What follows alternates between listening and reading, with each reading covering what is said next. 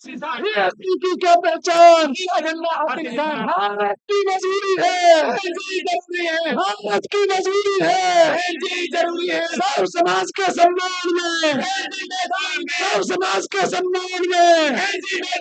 इकबाली भारती जी जिंदाबाद, इकबाली भारती जी जिंदाबाद। संघर्ष करो, आपके साथ है, संघर्ष करो, के साथ है, के साथ है। जिंदाबाद, इकबाली भारती जी जिंदाबाद,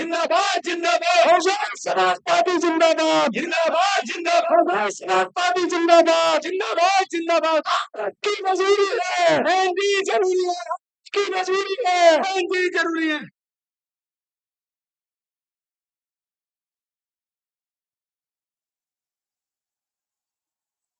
समाज पार्टी के अलीगढ़ लोकसभा से बहुजन समाज पार्टी के प्रत्याशी हितेंद्र कुमार उर्फ बंटी उपाध्याय जी, हाथरस सुरक्षित लोकसभा से बहुजन समाज पार्टी के प्रत्याशी हेम बाबू धनकर जी, मथुरा लोकसभा से बहुजन समाज पार्टी के प्रत्याशी श्री चौधरी सुरेश सिंह जी से कि वो सोने का मुकुट पेश करके आदरणीय बहन जी का सम्मान करें। हमारी हरदिल अजीज नेता आदरणीय बहन कुमारी मायावती जी से कि वो आए और जनसभा को संबोधित करें। आदरणीय बहन जी।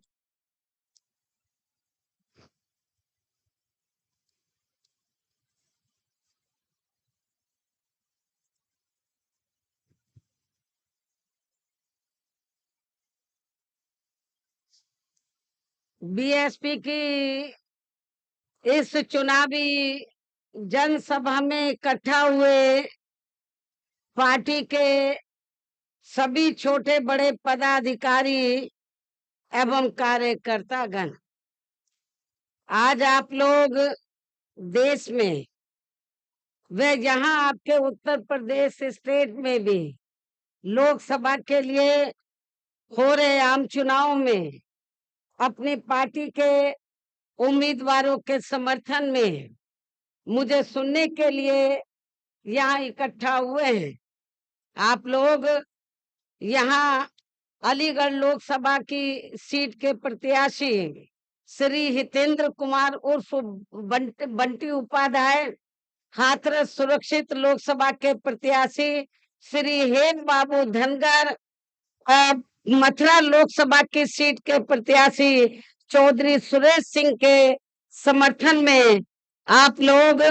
बड़ी संख्या में, भारी संख्या में यहाँ मुझे सुनने के लिए इकट्ठा हुए हैं। तो उसके लिए मैं आप सभी लोगों का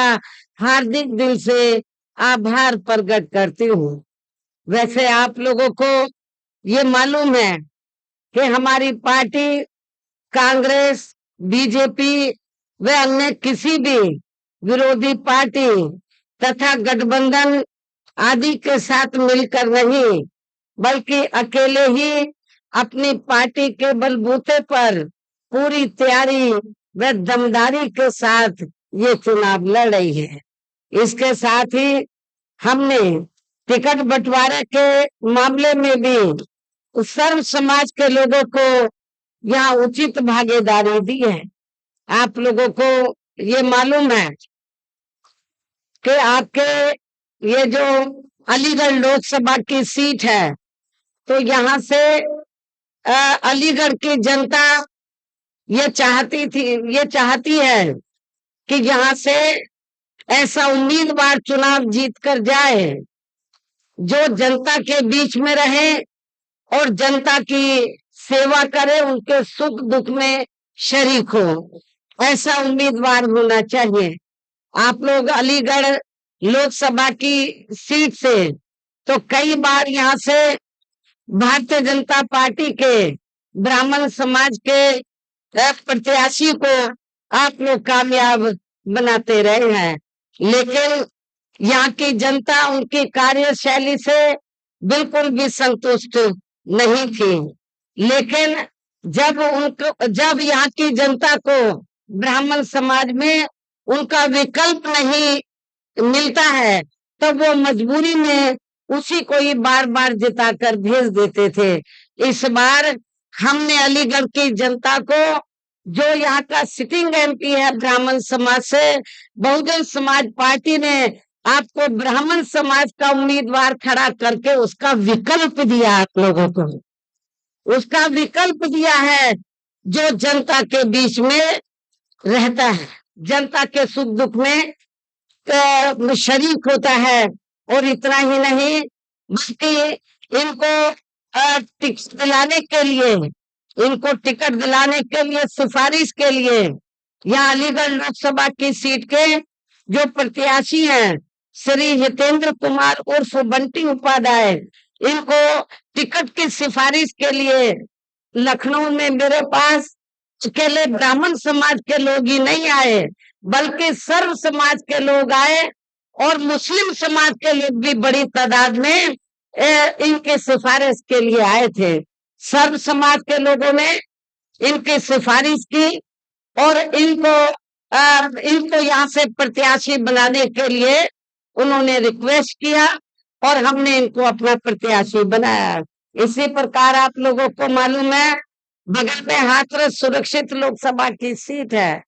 अनुसूचित जाति में विभिन्न जातियां आती हैं। हमने आगरा से जाटव समाज को खड़ा किया है, तो आपके यहाँ से हमने धनगर समाज से श्री हेम बाबू को चुनाव के मैदान में हाथरस लोकसभा की जो सुरक्षित सीट है यहाँ से उतारा है। आपका बगल में ही मथुरा लोकसभा की सीट है। आप लोगों को मालूम है कि मथुरा में चौधरी समाज से जाट समाज काफी बड़ी तादाद में रहता है, लगभग 3 लाख से ऊपर इनकी तादाद है। तो वहां के जाट समाज के लोगों की दिल्ली तमन्ना थी कि उनके क्षेत्र से और स्थायी यानी कि लोकल कैंडिडेट खड़ा होना चाहिए, बाहरी नहीं। मथुरा की जनता क्या चाहती थी कि बाहरी उम्मीदवार नहीं, बल्कि वहां का लोकल कैंडिडेट होना चाहिए, पढ़ा लिखा होना चाहिए। हमने मथुरा से पढ़े लिखे जाट समाज के व्यक्ति को, जिनका सरकारी नौकरी में भी अधिकारी के पद पर अच्छा अनुभव रहा है, जो जनता की सेवा करने का अनुभव भी जिनको प्राप्त है, तो ऐसे जाट समाज से हमने चौधरी सुरेश सिंह को चुनाव के मैदान में उतारा है, जिनको कामयाब बनाने के लिए अपनी पार्टी के लोग पूरे जी जान से लगे हुए हैं। हालांकि आज यहाँ आपकी इकट्ठा हुई अपार भीड़, वह भीड़ के जबरदस्त जोश को भी देखकर अब मुझे ये काफी हद तक भरोसा हो गया है। खासकर आपको मालूम है कि मौसम बहुत खराब है, तो मौसम खराब होने की वजह से मुझे मेरठ की चुनावी जनसभा को संबोधित करने के बाद तो मैं हेलीकॉप्टर से इधर आ रही थी, लेकिन रास्ते में मौसम इतनी ज्यादा खराब था कि हेलीकॉप्टर को वापस हिंडन में लैंड करना पड़ा। जब मौसम थोड़ा क्लियर हुआ तब मैं यहाँ पर आप लोगों के बीच में आई हूँ। मैं काफी देरी से पहुंची हूँ, लेकिन इसके बावजूद भी मुझे आप लोगों के ऊपर गर्व है कि इसके बावजूद भी आप लोग डटे रहे। कई घंटे तक आप लोगों ने मेरा इंतजार किया। इससे मुझे अब पूरा भरोसा हो गया है कि आप लोग इस बार तीनों सीटों को रिकॉर्ड तोड़ वोटों के अंतर से जरूर जिताएंगे। इसके लिए अब मैं आप लोगों का ध्यान कुछ जरूरी बातों की तरफ दिलाना चाहती हूँ, और इस संबंध में विशेषकर मैं कांग्रेस, बीजेपी व इनके अन्य सभी सहयोगी दलों के बारे में ये कहना चाहूंगी कि आजादी के बाद शुरू में केंद्र व देश के काफी राज्यों में भी ज्यादातर सत्ता यहाँ कांग्रेस पार्टी के हाथों में केंद्रित रही है, किंतु इनकी अधिकांश मामलों में रही गलत नीतियों और गलत प्रणाली आदि की वजह से ही फिर इस पार्टी को केंद्र व काफी राज्यों की भी सत्ता से बाहर होना पड़ा है। तथा यही स्थिति इनकी सहयोगी पार्टियों की भी बनी रही है, जिसके कारण ही फिर जिसके कारण ही फिर पिछले कई वर्षों से बीजेपी व इनके सहयोगी दल केंद्र एवं काफी राज्यों की भी सत्ता में काबिज हो गए हैं, लेकिन इनकी भी ज्यादातर रही जातिवादी, पूंजीवादी, संकीर्ण, सांप्रदायिक व द्वेषपूर्ण नीतियों एवं कार्य प्रणाली आदि से तथा इनके कथनी व करनी में भी काफी अंतर होने की वजह से अब ऐसा लगता है कि इस बार ये पार्टी भी केंद्र की सत्ता में, इस बार ये भारतीय जनता पार्टी भी केंद्र की सत्ता में आसानी से वापस आने वाली नहीं है, बशर्ते यदि ये चुनाव इस बार बशर्ते यदि ये चुनाव इस बार फ्री एंड फेयर होता है तथा आम चर्चा के मुताबिक वोटिंग मशीनों में भी कोई गड़बड़ी आदि नहीं की जाती है। और वैसे भी इस बार चुनाव में इनकी कोई भी पुरानी एवं नई चल रही नाटकबाजी, जुमलेबाजी व गारंटी आदि काम में आने वाली नहीं है, क्योंकि अब देश की जनता काफी हद तक इस बात को समझ चुकी है कि इनकी पार्टी ने अब तक देश के विशेषकर गरीबों, कमजोर तबकों, मध्यम वर्गीय एवं अन्य मेहनतकश लोगों को जो इन्हें अच्छे दिन दिखाने के असंख्य प्रलोभन भरे वायदे किए हैं तथा अनेकों हवाई व कागजी गारंटी भी दी है, तो उनका जमीनी हकीकत में अभी तक इन्होंने लगभग 1/4 हिस्सा भी कार्य पूरा नहीं किया है, बल्कि इसके स्थान पर इनका ज्यादातर समय व ताकत भी यह इनके अपने चहेते रहे बड़े बड़े पूंजीपतियों एवं धन्ना सेठों को ही ज्यादा से ज्यादा मालामाल व धनवान आदि बनाने में तथा उन्हें हर स्तर पर छूट देने व बचाने में ही लगी रही है, जिनके अधिकांश आर्थिक सहयोग से ही ये पार्टी व अन्य पार्टियां भी अपना संगठन चलाती हैं तथा चुनाव आदि भी लड़ाती हैं, जिसका काफी कुछ खुलासा बॉन्ड की अभी हाल ही में आई रिपोर्ट से भी हो जाता है। इसके साथ ही अब ऐसा लगता है कि कांग्रेस पार्टी की तरह ही बीजेपी ने भी केंद्र की तमाम सरकारी जांच एजेंसियों का ज्यादातर राजनीतिकरण ही कर दिया है। इसके अलावा देश के किसान वर्ग भी वर्तमान बीजेपी की सरकार में शुरू से ही अपनी विभिन्न समस्याओं को लेकर काफी ज्यादा दुखी व परेशान रहे हैं और अभी भी हैं, जबकि यूपी में 4 बार हमारी पार्टी की रही सरकार ने इनके हितों का भी हर स्तर पर विशेष ध्यान रखा है। इतना ही नहीं बल्कि केंद्र में पूर्व की रही कांग्रेसी सरकार की तरह ही वर्तमान भाजपा सरकार में भी इनकी जातिवादी, हीन, सांप्रदायिक एवं पूंजीवादी सोच व नीतियों के चलते ही पूरे देश में सर्व समाज में से खासकर गरीबों, दलितों, आदिवासियों, पिछड़े वर्गों, मुस्लिम एवं अन्य धार्मिक अल्पसंख्यक समाज के लोगों का भी पूर्ण रूप से विकास व उत्थान आदि नहीं हो सका है। और इस संदर्भ में वैसे आप लोगों को ये मालूम है कि पूरे देश में यहाँ दलितों, आदिवासियों एवं अन्य पिछड़े वर्गों का सरकारी नौकरियों में वर्षों से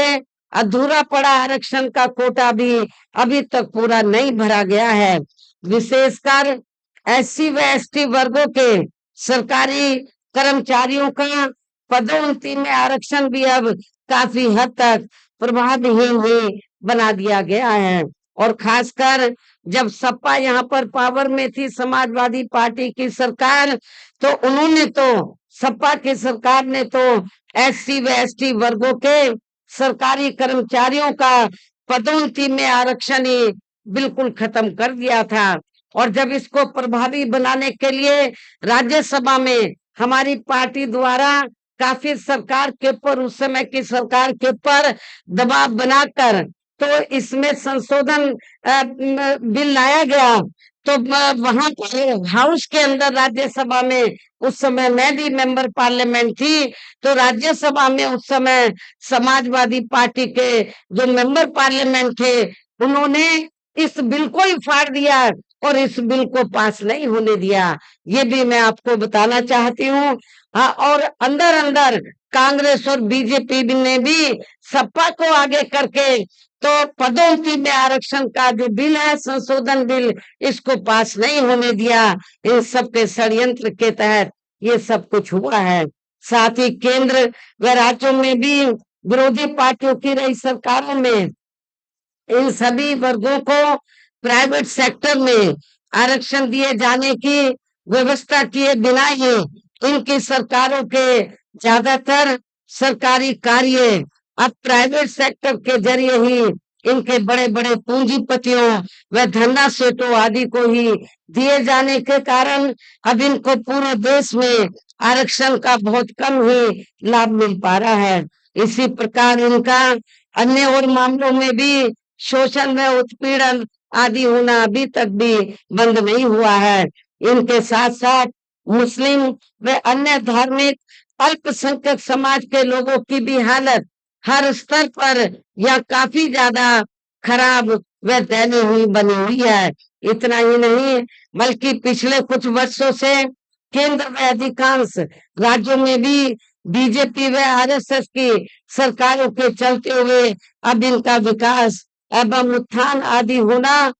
काफी हद तक बंदशाही हो गया है। आए दिन इन पर खासकर धर्म की आड़ में हो रही, हिंदुत्व की आड़ में हो रही जुल्म जाति भी यह काफी ज्यादा चरम सीमा पर पहुंच चुकी है। इसके साथ साथ अपर कास्ट समाज में से विशेषकर गरीब लोगों की भी हालत हमें कोई खास अच्छी नजर नहीं आती है। इनकी गलत कृषि नीतियों के कारण किसान वर्ग भी आए दिन आंदोलित ही रहता है। साथ ही इनके गलत आर्थिक नीतियों की वजह से देश की अर्थव्यवस्था पर भी इसका काफी बुरा प्रभाव पड़ा है, जिससे यह विशेषकर छोटे एवं मध्यम वर्गीय व्यापारी वर्ग भी काफी ज्यादा दुखी व परेशान है। और अब केंद्र में पूर्व की रही सरकारों की तरह ही वर्तमान भाजपा सरकार में भी यह पूरे देश में गरीबी, बेरोजगारी एवं महंगाई आदि भी लगातार काफी ज्यादा बढ़ रही है। देश में हर स्तर पर फैला भ्रष्टाचार भी अभी तक खत्म नहीं हुआ है। साथ ही अपने देश की सीमाएं भी अभी तक पूरे तौर से सुरक्षित नहीं है। ये भी बड़ी चिंता की बात है। ऐसे में अब आप लोगों को देश में हो रहे लोकसभा चुनाव में कांग्रेस, बीजेपी व इनकी सहयोगी पार्टियों को भी केंद्र की सत्ता में आने से जरूर रोकना है। जिनकी गलत नीतियों व गलत कार्य प्रणाली आदि को आप लोग काफी हद तक आजमा भी चुके हैं। ऐसी स्थिति में अब ये विरोधी पार्टियां इस चुनाव में भी किस्म किस्म के साम दाम दंश भेद आदि अनेकों हथकंडे इस्तेमाल करके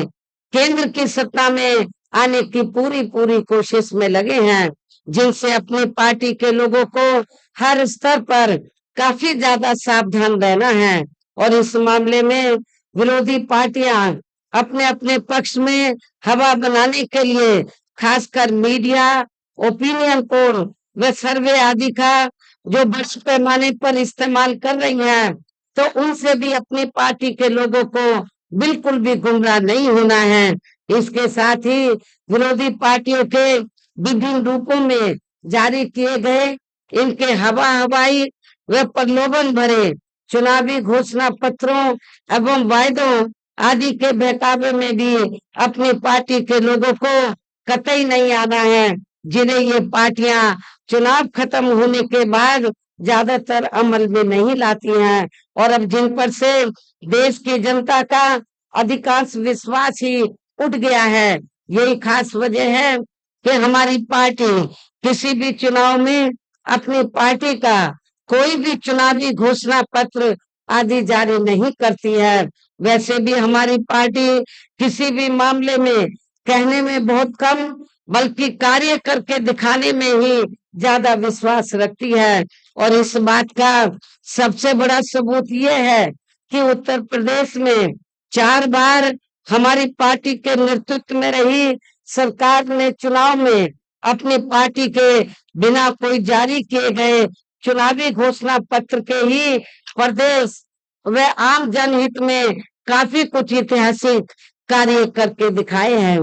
जिनकी अब देश में अधिकांश पार्टियों की सरकारें काफी नकल भी कर रही हैं। जबकि इस मामले में हमारी पार्टी का ये कहना है कि यदि इन पार्टियों के स्थान पर केंद्र में हमें अपनी पार्टी की सरकार बनाने का मौका मिलता है तो तब फिर हमारी पार्टी की बनी सरकार केंद्र में यहाँ अब तक रही सभी विरोधी पार्टियों की सरकारों की तरह केवल हवा हवाई व कागजी कार्य आदि नहीं करेगी, बल्कि उत्तर प्रदेश की तरह ही जमीनी हकीकत में ठोस कार्य करके दिखाएगी। और इस संदर्भ में खासकर मैं ये कहना चाहूंगी, केंद्र द्वारा देश में पिछले कुछ समय से अति गरीब परिवारों को अस्थायी तौर पर फ्री में जो थोड़ी सी खाद्य सामग्री दी जा रही है, तो उससे इनका स्थायी तौर पर भला होने वाला नहीं है। और वैसे भी इनकी जटिल समस्या देश में हर हाथ को काम देने से ही केवल दूर हो सकती है, जिसकी तरफ हमारी पार्टी की बनी सरकार विशेष ध्यान देगी। साथ ही देश में पिछले काफी वर्षों से आए दिन बढ़ रही गरीबी, बेरोजगारी व महंगाई आदि से